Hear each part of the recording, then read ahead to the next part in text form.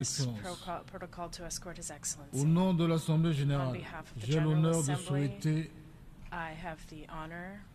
la bienvenue à son Excellence, M. Bola Ahmed Tinubu.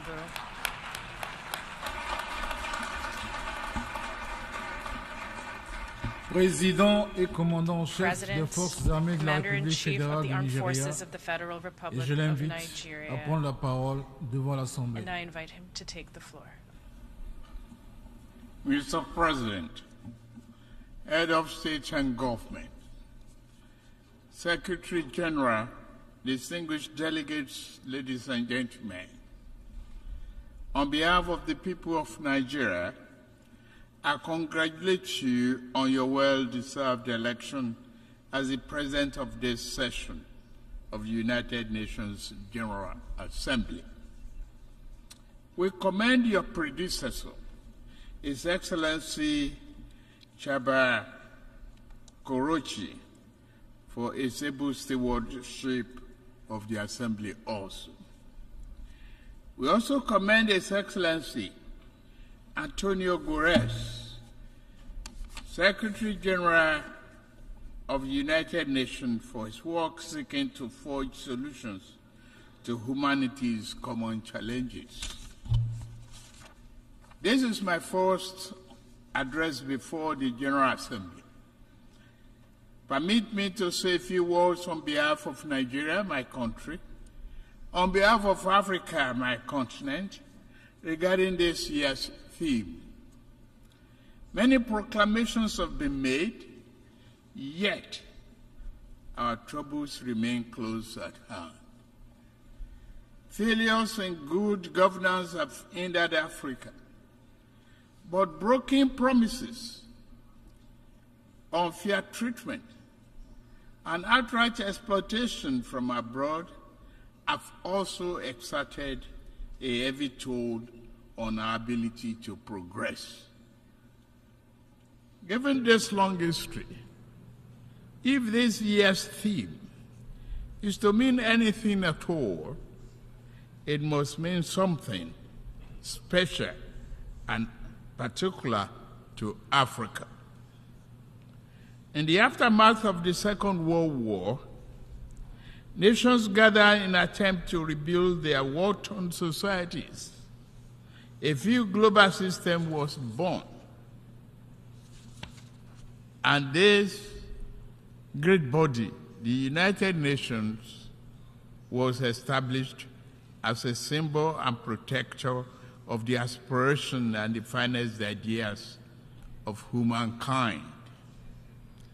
Nations saw that it was in their own interest to help others exceed the rubbles and wasteland of war.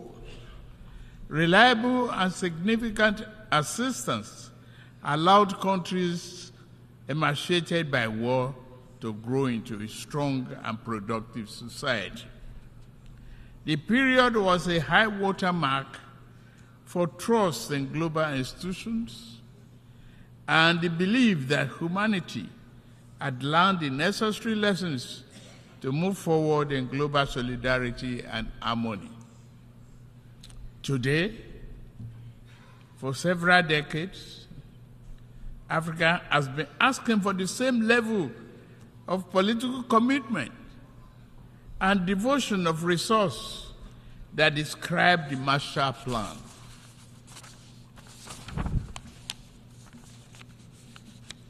We realize that underlying conditions and causes of economic challenges facing today's Africa are significantly different from those of post-war Europe. We are not asking for identical programs and actions. What we seek is an equal, firm commitment to partnership. We seek enhanced international cooperation with African nations to achieve the 2030 Agenda and Sustainable Development Goals. There are 5 points I want to highlight. First, if this year's theme is to have any importance at all, and any impact. Global institutions, other nations, and their private sector actors must see Africa as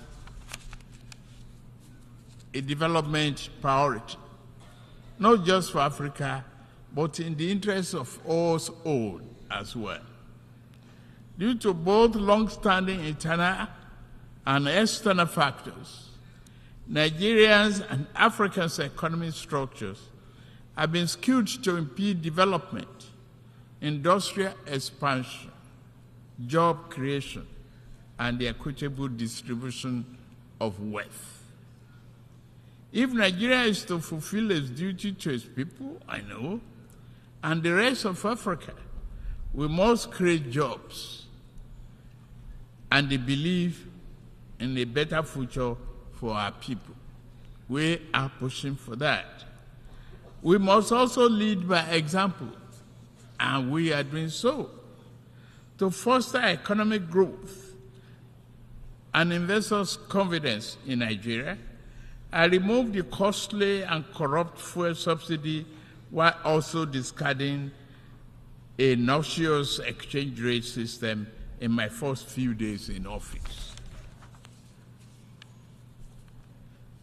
Other growth and job-oriented firms are in the wings. I'm mindful of the transient hardship that reform can cause. However, it is necessary to go through this phase in order to establish a foundation for durable growth and investment to build the economy our people deserve. We welcome partnerships with those who not mind seeing Nigeria and Africa assume larger roles in the global community. The question is not whether Nigeria is open for business. The question is how much of the world is truly open to doing business with Nigeria, and how African is an equal, mutually beneficial manner.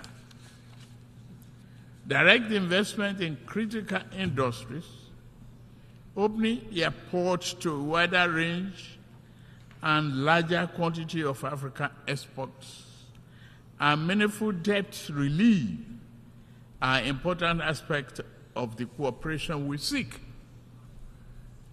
Second, we must affirm democratic governance as the best guarantor of sovereign will and well-being of the people.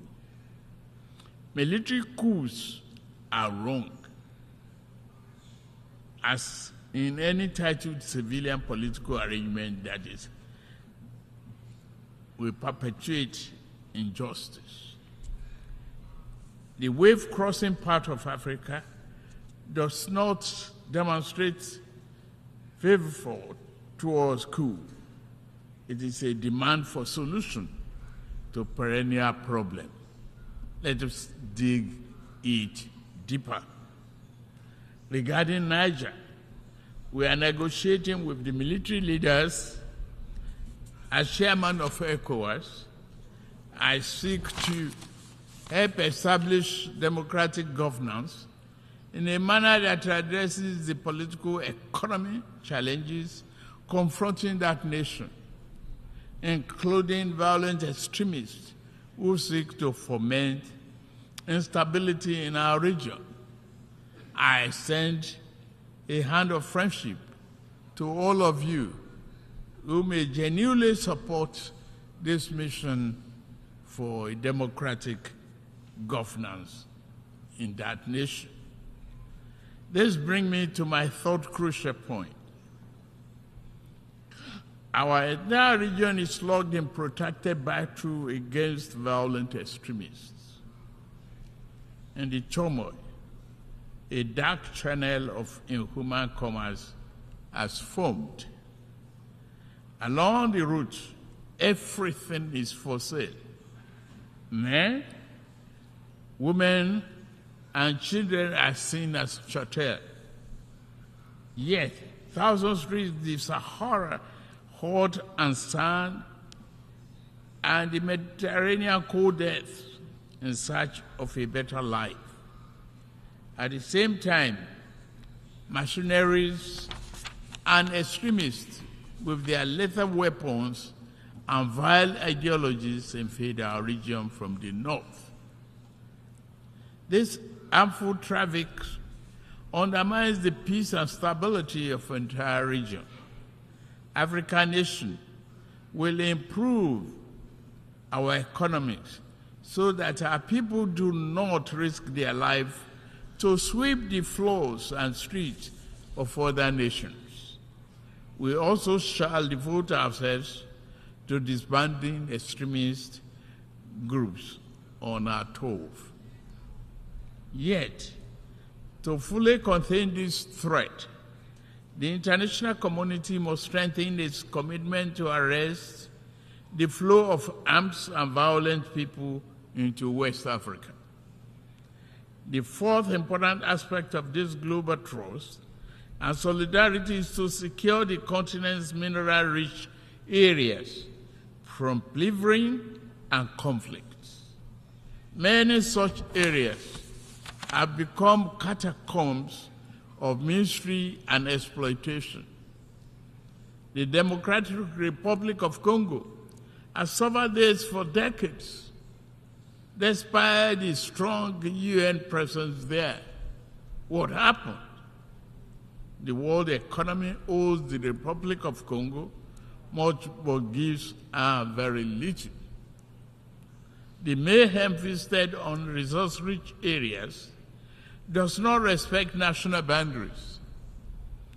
Sudan, Mali, Burkina Faso, Central African Republic, and the list grow on and on and on.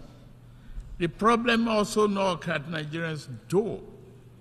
Foreign entities abated by local criminals who aspire to be petty warlords have drafted thousands of people into servitude to illegally mine gold and other resources. Billions of dollars meant to improve the nation's economy now fuel violent enterprises. If left unchecked, they will threaten peace and place national security at a grave danger.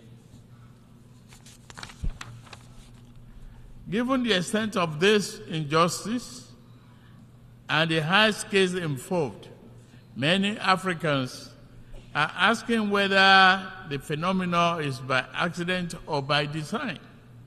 Members' nations must reply by working with us to deter their farms and nationals from the 21st century pillage of continent riches. Fifth, climate change severely impacts Nigeria and Africa. Northern Nigeria is honored by desert encroachment, hounded from the north. All are arable lands. Our south is pounded by the rising tide of coastal flooding and erosion. In the middle, the rainy season brings flood that kill and displace multitudes. As I lament death at home, I also lament the grave loss of life in Morocco and Libya. The Nigerian people are with you. Please note that. African nations will fight climate change, but must do so on fair and just terms. To achieve the need popular consensus, this campaign must accord with overall economic efforts. In Nigeria, we shall build political consensus by highlighting remedial actions which also promote economic good. Projects such as Green Wall to stop desert encroachment, halting the destruction of our forests by mass production and distribution of gas burning stoves, and providing employment in local water management and irrigation projects are examples of efforts that equally advance both economic and climate change objectives. Continental efforts regarding climate change will register important victories if established economies were more forthcoming with public and private sector investment for Africa's preferred initiatives. Again, this will go far in demonstrating that global solidarity is real and working. As I'm about to close, let me emphasize Nigeria's objective accord with the guiding principles of this world body: peace, security, human rights, and development. In fundamental ways, nature has been kind to Africa, given abundant land, resources, and creative and industrious people.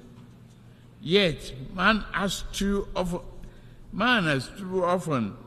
been unkind to a fellow man, and this sad tendency has brought sustained hardship to Africa's doorstep. To keep faith with the tenets of this world to this body and the theme of this year's assembly, the poverty of nations must end. The pillage of one nation's resources by overreach of farms and people of stronger nations must end. The will of the people must be respected. This beautiful, generous, and forgiving planet must be protected.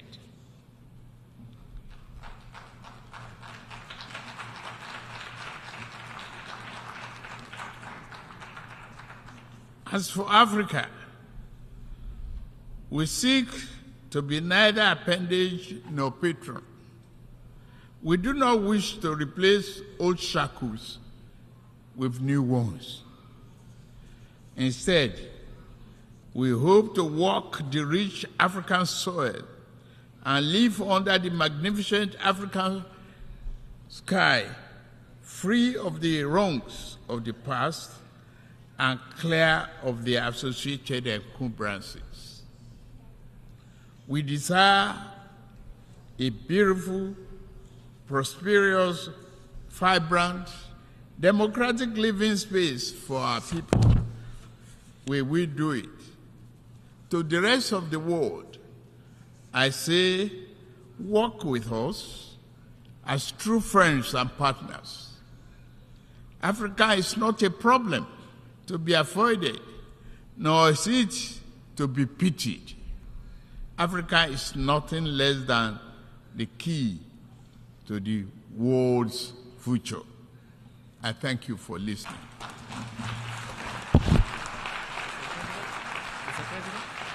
De l'Assemblée générale.